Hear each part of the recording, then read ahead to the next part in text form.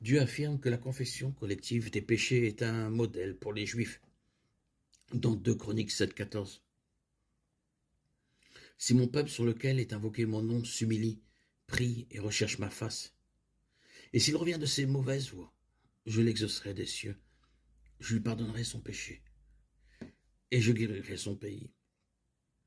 Dieu adressa ces paroles à Salomon dans le contexte de la consécration du pays.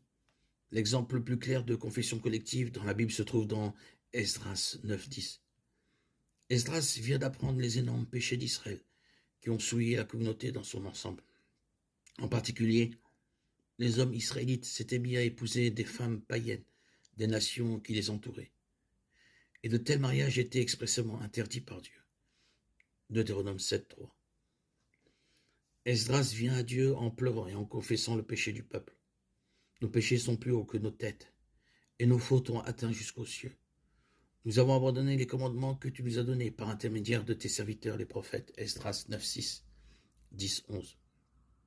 Alors qu'il prie au temple, un grand groupe de personnes se joint à lui pour pleurer et confesser leurs péchés. Il est important de noter que la confession biblique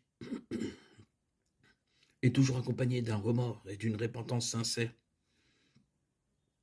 Le simple fait de nommer le péché n'est pas une confession complète. Dans cette situation,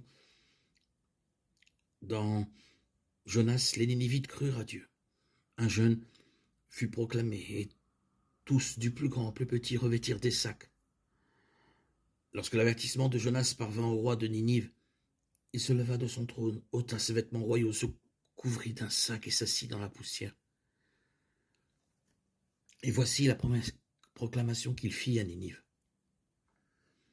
Par ordre du roi et de ses grands, que les hommes et les bêtes, le gros et le menu bétail, ne goûtent de rien, qu'ils ne mangent ni ne boivent, mais que les hommes et les bêtes se couvrent de sacs, que chacun invoque Dieu avec insistance, qu'ils abandonnent leur mauvaise conduite et leur violence.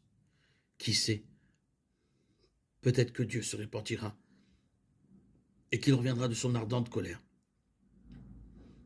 afin que nous ne périssions pas. Jonas 3, 5, 9.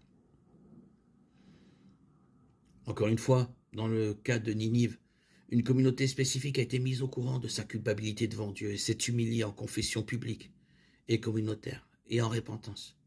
Bien que la confession ne soit pas spécifiquement mentionnée dans le passage, elle est implicite dans l'appel à se repentir et à se détourner du mal et de la violence qui était si répandue dans leur culture.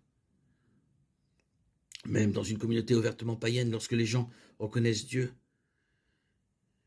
ils conviennent avec lui que leur péché est mauvais et abandonnent activement leur habitude de péché. Dieu alors fait miséricorde. Dans le livre d'Esdras, le peuple poursuit ses pleurs et sa confession de péché en élaborant et en exécutant un plan pour renvoyer les épouses étrangères interdites.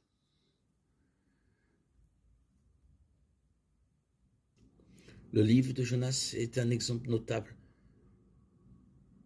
de confession collective aussi.